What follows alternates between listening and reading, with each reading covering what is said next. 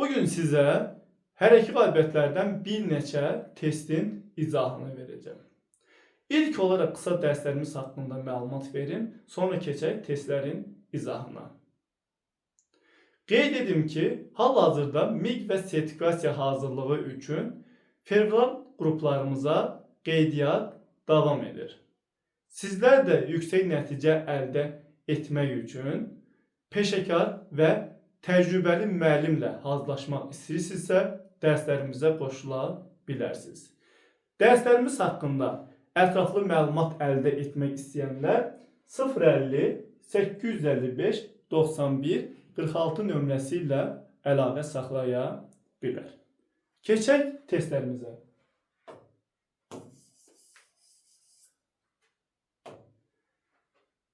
Belə bir sualımız var. Uyğunluğu müəyyən edin. Sinir koordinasiyası, daha doğrusu əzələ koordinasiyası, sinir koordinasiyası, hərəki koordinasiya. Bunlar koordinasiyanın səviyyələridir.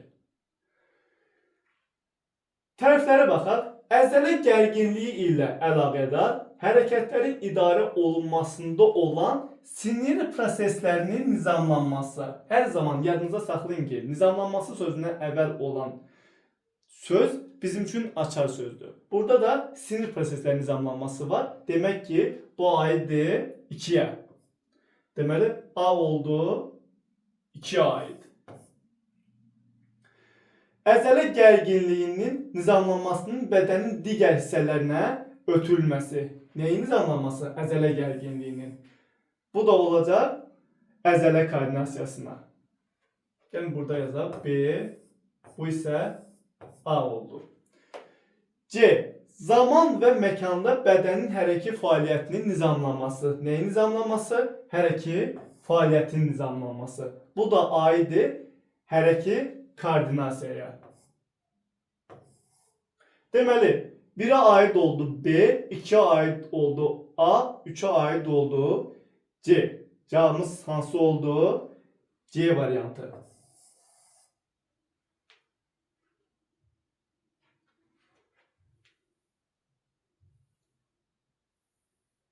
Başqa suallarımıza baxaq. Burada da belə bir sualımız var. Uyğunluğu müəyyən edin. Fəal əlgənlik, qeyri-fəal əlgənlik, dinamik, statik. Fəal və qeyri-fəal bilirik ki, əlgənliyin növləridir. Dinamik, statik isə təzahür formalardır.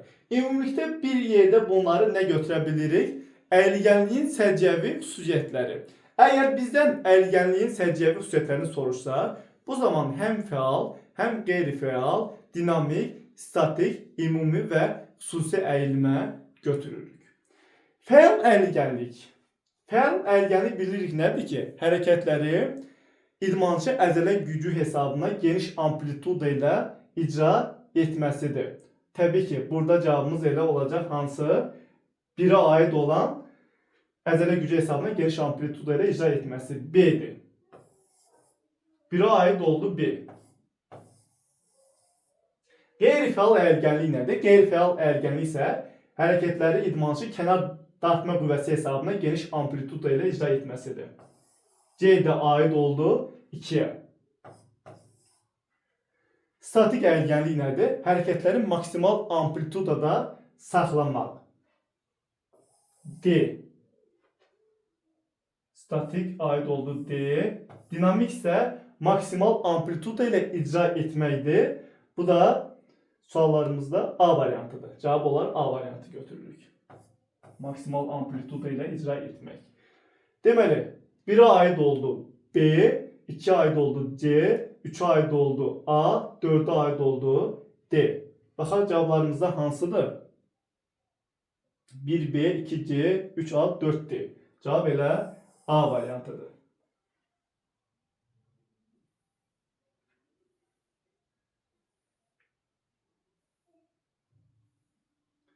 Belə bir sualımız da var. 42-ci sual. Məntiqi ardıcılığı tamamlayın.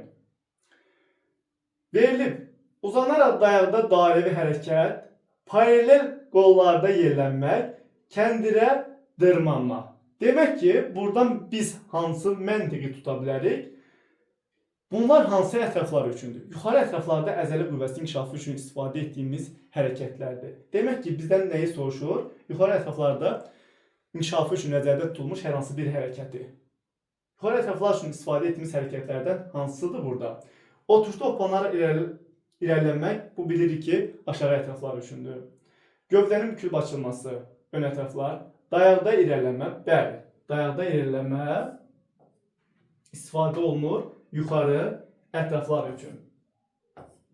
Oturuşda irəliləmək, xeyr, bu da aşağı ətraflardır. Tək ayaq üzərində oturub qalxmaq, bu da aşağı ətraflardır. Yəni bizdə yuxarı ətraflara aid olanı soruşur. Cavabımız oldu burada hansı? C variantı.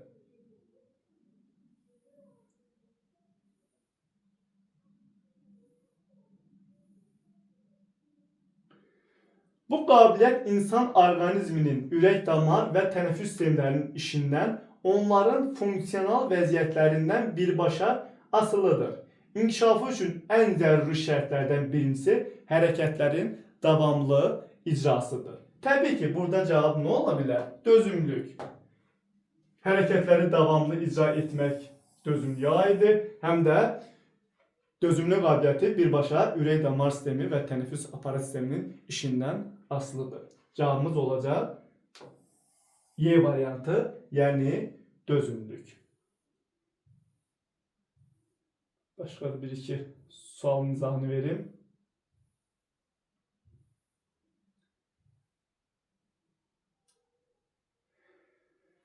Müəllim çeviklik qabiliyyəti dərsini tədris edərkən emin irəliləmələr zamanı topla müvazinət hərəkətlərini, real isə leylək duruş vəziyyətini alır. Şagirdlər müvazinətin hansı növünə aid hərəkətləri yerinə yetirdiyini müəyyən edin. Bilirik ki, müvazinətin iki növü var. Dinamik və statik.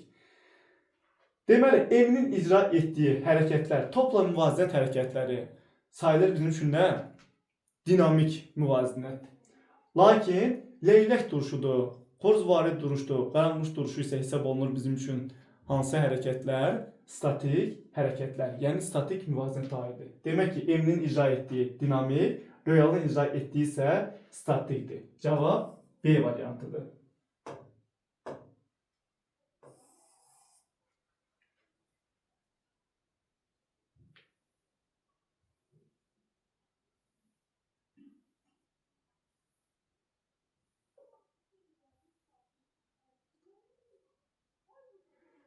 Müəllim əyilgənlik dərsi zamanı aşağıdakı hərəkətlərdən istifadə edir. Oturuşda qolları irəli vəziyyətdə yoldaşı kürəklərindən irəliyə basaraq saxlayır 6-10 saniyə. 2. Üz-üzə oturmaqla ayaqlar aralı pəncə dabana istinad etməklə bir-birinin əllərindən tutur və yoldaşını irəliyə dartıb saxlayır. Şagirdlər hansı vasitəyə aid hərəkətləri icra edir? Əlgənliyə aid olan bir sualımızdır. Əlgənliyin bilirik ki, inkişafı üçün istifadə olunan vasitələr 3 qrupa ayrılır. Dinamik, statik, qarışıq. Dinamik özdə həm fəal, həm qeyri-fəal ola bilir. Statik də həm fəal, həm qeyri-fəal. Təbii ki, burada da göstərilən hərəkətlər nəyə aid olur? Statikdir. 6-10 saniyə varsa bilirik ki, statikdir. Və kiminsə köməkliyi ilə yerinə yetirirsə qeyri-fəaldır. Burada hansı vasitəyə aid olacaq? Statik, qeyri-fəal. Yəni cavabımız oldu burada statik, qeyri-fəal.